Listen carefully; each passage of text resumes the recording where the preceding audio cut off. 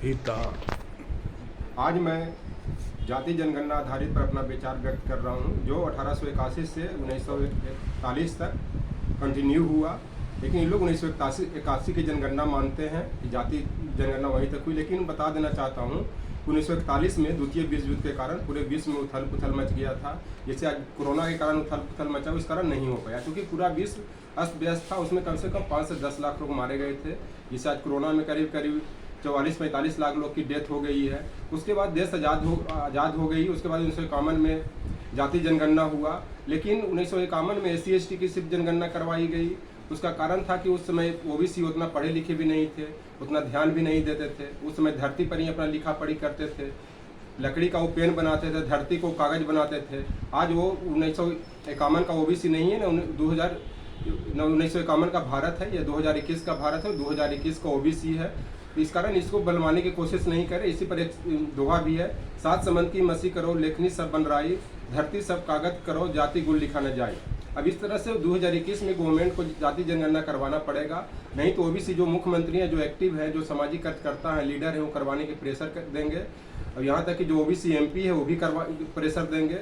आपके माननीय मुख्यमंत्री, हमारे जो बिहार के मुख्यमंत्री नीतीश कुमार जी, तेजस्वी यादव जी, उनके जो सहयोगी विपक्ष के नेता हैं, भूपेश बघेल जो छत्तीसगढ़ के मुख्यमंत्री हैं, जो नवीन पटनायक उड़ीसा के जो मुख्यमंत्री हैं, इस तरह और जो OBC मुख्यमंत्री वो तो करवाएंगे ही।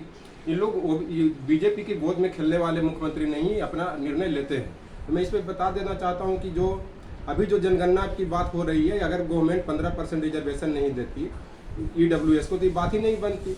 जैसे भूपेश बघेल जी ने OBC को वहाँ पे 82% कर दिया, तो हाई तो मच गया। तो इसमें क्या है, जिसकी जितनी संख्या भारी उसकी उतनी भागीदारी तो मिलेगा ही मिलेगा। और 2018 ईस्वी में जो 102 संविधान संशोधन अधिनियम में जो 342 से जोड़ा गया था, केंद्र OBC को सूची बनाने का अधिकार दिया गया था। लेकिन यहाँ पे सुप्रीम कोर्ट ने रद्द कर दिया था। फिर केंद्र सरकार ने 127 में संविधान संशोधन अधिनियम बनाकर जो अभी 2021 में हुआ, उसमें जाति आधारित जनगणना की बात की और राज्यों का अधिकार दिया गया। तो बनेगा ही बनेगा। और दूसरी चीज़ की जो मोदी जी जो हमेशा प्यार भाई बहनों करके OBC को ठग रहे हैं, OBC ठगने वाला नहीं है ना, अनपढ़ है। ठीक है, एक दौर था कि OBC लोगों ने इनको वोट देकर के मुख्यमंत्री बनाया। समय पर माननीय नीतीश कुमार भी सपोर्ट कर रहे हैं। इसका मतलब ये थोड़ी है कि OBC को नुकसान करेंगे। इस पर एक दोहा भी कहा गया, मोदी जी महा ठगनी हम जानी, तिरगुन फांस लिए कर डाले, बोले मधुरी बानी। ये मीठे मीठे बोल करके और तिरी फांस लगा करके ये जो OBC को फंसा रहे हैं, OBC अब संभालने वाला नहीं है। और जो OBC का जो 54% पॉपुलेशन है, 27% दे रहे हैं, इसमें भी कटौती कर रहे हैं। इसमें क्रीमी लेयर लगाया हुआ है, ये लगाया हुआ है। इनको 54% दे दे, अपना OBC अपना जो करेगा नहीं करेगा।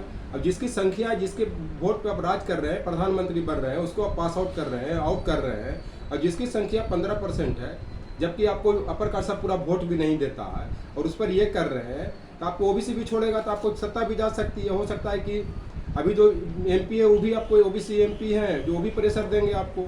इस तरह से मत कीजिए, ना तो दिक्कत होगी। और OBC की संख्या हिंदू में 40% है, मुस्लिम में 8% है। आप जोड़ करके देख लीजिए कि 54% हो रहा है कि नहीं। अब आपने गुजरात में राजपूत को OBC के सूची में डाले हुए हैं, जो कुर्मी पटेल OBC से बाहर निकाल रहे हैं। इसके लिए वहाँ पे हार्दिक पटेल था, उन्होंने आंदोलन चलाया। तो आपकी गवर्नमेंट ने वहाँ पे कम से कम 100 पटेल और कुर्मी लोगों को गोली चलवा के हत्या कर दी। आप उनको रिजर्वेशन दीजिए, लिस्ट में लाइए। इस कारण ऐसा करने की बात नहीं करें। अभी जनगणना में 29 प्रश्न है, इस बार 30 प्रश्न बनेगा, उसमें एक जाति का जो संख्या बढ़ेगा। इसमें आपको OBC का रिजर्वेशन करवाना पड़ेगा, ना तो आप अपना समझिए। Thank you.